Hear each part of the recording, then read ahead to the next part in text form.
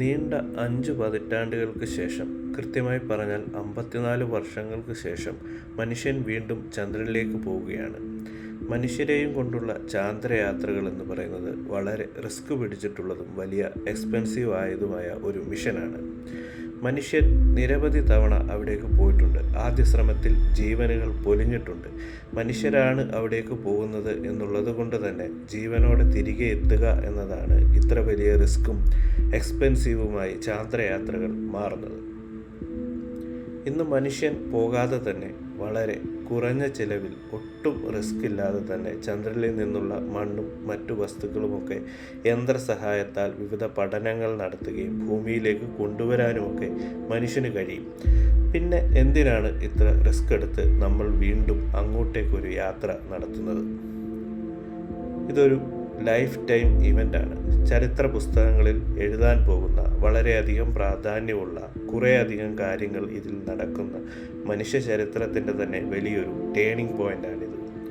നമ്മൾ വെറുതെ ചന്ദ്രനെ പോയി ഒന്ന് വലം വെച്ച് തിരികെ വരികയല്ല, മറിച്ച് വ്യത്യസ്തമായ രീതിയിൽ വ്യത്യസ്തമായ ഉദ്ദേശങ്ങളോട് കൂടിയാണ് പോകുന്നത് എന്നാണ് നാസ പറയുന്നത്. ഇത് നാസയുടെ മാത്രം മിഷനല്ല. നാസ മുൻകൈയെടുത്ത് ആർതെമിസ് അക്കോർഡിൽ ഒപ്പുവെച്ച ഒരുപാട് രാജ്യങ്ങളുടെ നേതൃത്വത്തിലാണ് ഈ പദ്ധതി നടക്കുന്നത്. ഒപ്പുവെച്ച രാജ്യങ്ങളുടെ പട്ടികയിൽ നമ്മുടെ ഇന്ത്യയും ഉണ്ട് എന്നതിൽ നമുക്ക് ഏവർക്കും അഭിമാനിക്കാം. അപ്പോളോ മിഷനിൽ മനുഷ്യനെ ചന്ദ്രനിൽ എത്തിച്ചത് സാറ്റേൺ 5 എന്ന് പറയുന്ന റോക്കറ്റായിരുന്നു. മനുഷ്യൻ ഉണ്ടാക്കിയതിൽ ഇതുവരെയുള്ള ഏറ്റവും വലിയ റോക്കറ്റാണത്. എന്നാൽ അതിനേക്കാൾ ഏകദേശം 15% അധികം കരുത്തുള്ള റോക്കറ്റാണ് ഇപ്പോൾ മനുഷ്യനെയും കൊണ്ട് ചന്ദ്രനിലേക്ക് പോയിരിക്കുന്നത്. ഈ ഒരു മിഷൻ ചന്ദ്രനെ ചുറ്റി നമുക്ക് ഭൂമിയിൽ നിന്ന് കാണാൻ കഴിയാത്ത മറുപുറത്തു കൂടി ചുറ്റിത്തിരിഞ്ഞ് ഭൂമിയിലേക്ക് എത്തിച്ചേരാൻ ഏതാണ്ട് 10 ദിവസത്തെ യാത്രയാണ് കണക്കാക്കിയിരിക്കുന്നത്. Reid Wiseman, Victor Glover, Christina Koch, Jeremy Hansen എന്നീ 4 ആസ്ട്രോനൈറ്റ്സ് ആണ് ഇപ്പോൾ ചന്ദ്രനെ വലം വെച്ച് തിരിച്ചെത്തുന്നത്. ചന്ദ്രനിലേക്ക് നേരെ പോകാതെ ഭൂമിക്ക് ചുറ്റും ഒരു പാർക്കിംഗ് ലൂപ്പിൽ ചുറ്റിക്കറങ്ങിയ ശേഷമാണ് ഇവർ ചന്ദ്രനിലേക്ക് യാത്ര തിരിക്കുന്നത്. $4 ബില്യൺ ചെലവാക്കിയാണ് ഈ ഒരു പർട്ടിക്കുലർ പരീക്ഷണം നടത്തിയിരിക്കുന്നത്. മറ്റൊരു വാസയോഗ്യമായ ഗ്രഹം തേടിയുള്ള മനുഷ്യൻ്റെ യാത്രയിൽ നമുക്ക് എത്തിച്ചേരേണ്ട ചൊവ്വാഗ്രഹമാണ് നാസയുടെ പ്രധാന ലക്ഷ്യം. ഓറിയോൺ എന്ന പേടകത്തിലാണ് 4 മനുഷ്യർ ഇരിക്കുന്നത്.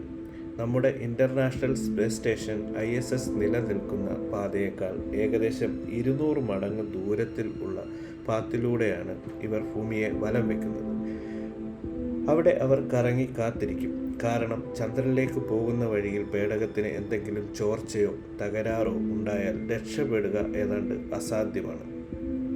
അതുകൊണ്ട് തന്നെ ഭൂമിക്ക് അടുത്തുള്ള ഈ പാത്തിലൂടെ കറങ്ങുമ്പോൾ എന്തെങ്കിലും പ്രശ്നമുണ്ടായിക്കഴിഞ്ഞാൽ മിഷൻ ക്യാൻസൽ ചെയ്ത് സുരക്ഷിതമായി ഭൂമിയിലേക്ക് കൊണ്ടുവരാൻ പറ്റും.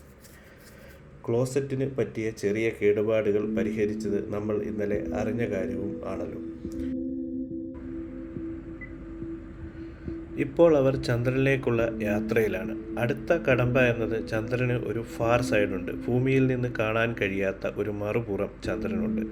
അവിടേക്ക് പേടകം എത്തുമ്പോൾ ഭൂമിയുമായുള്ള എല്ലാ ബന്ധങ്ങളും താൽക്കാലികമായി നഷ്ടപ്പെടും. ആ സമയത്ത് എന്താണ് സംഭവിച്ചതെന്ന് ഈ ലോകത്ത് ആർക്കും അറിയില്ല. തീർത്തും ഒറ്റപ്പെട്ടവരായി ആ 4 പേർ മാറും.